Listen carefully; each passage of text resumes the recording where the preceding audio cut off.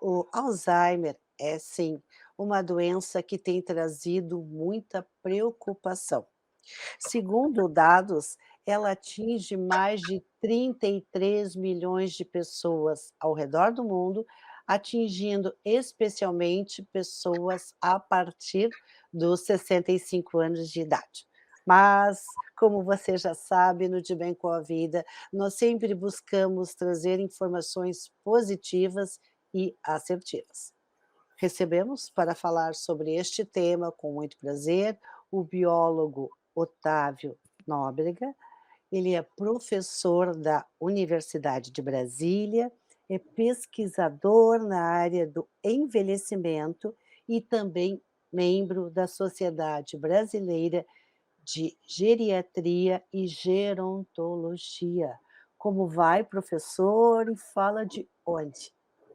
Estou bem, obrigado, Cris, pelo convite. Falo de Brasília e estou inteiramente à sua disposição. Vamos conversar. Professor, me perdoe a voz, eu vim de uns dias afônico, mas eu não poderia perder a entrevista com o senhor. E eu lhe pergunto, o que vem a ser a doença de Alzheimer? Uhum. A sua introdução foi bastante pertinente, Cris, na medida em que você coloca uma preocupação crescente. Eu acho que, de fato, não houve, assim, doença no mundo, infelizmente, que tenha avançado de uma forma tão galopante, ou seja, crescido em prevalência, né, tão fortemente nos últimos tempos. E, ao mesmo tempo, era algo até previsível, porque tem relação com a própria longevidade humana. Olha que interessante. Né, estamos vivendo mais. E, graças a Deus por estarmos vivendo mais, infelizmente isso traz consigo esse ônus, que é o de, infelizmente, também termos um pouquinho mais de prevalência das doenças que a gente considera como associadas à idade, associadas ao envelhecimento. E nesse contexto, então, a demência de Alzheimer, que é uma doença do cérebro. Afinal de contas, ela bioquimicamente acontece por alguns distúrbios metabólicos, algumas vias bioquímicas alteradas no cérebro das pessoas, que, para ser bastante franco, a ciência nem sequer entende muito bem de onde elas partem, de onde elas nascem. Não há uma causa muito certeira de como que ela se desenvolve. Sabemos quais são essas marcas, mas não sabemos o gatilho.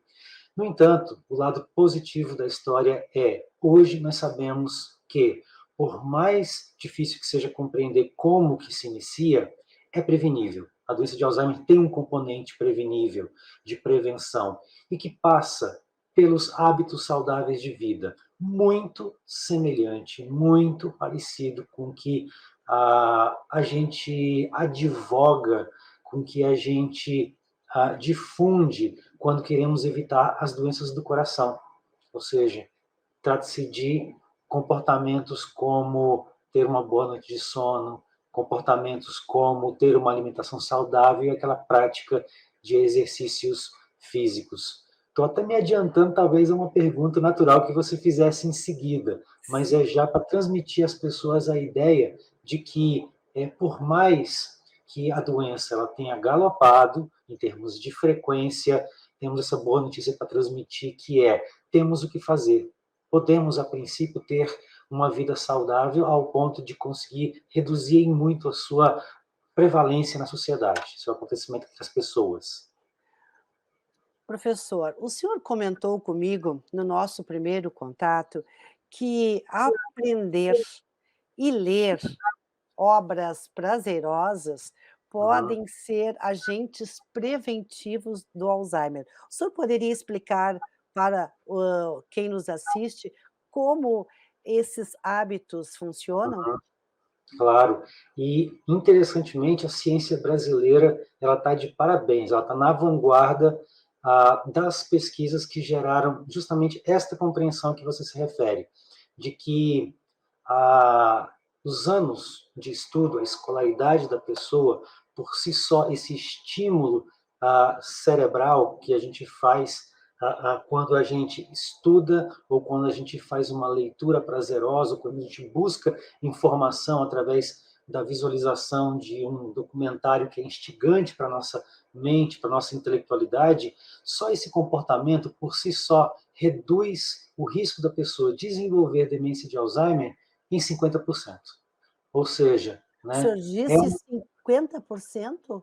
é uma redução substancial.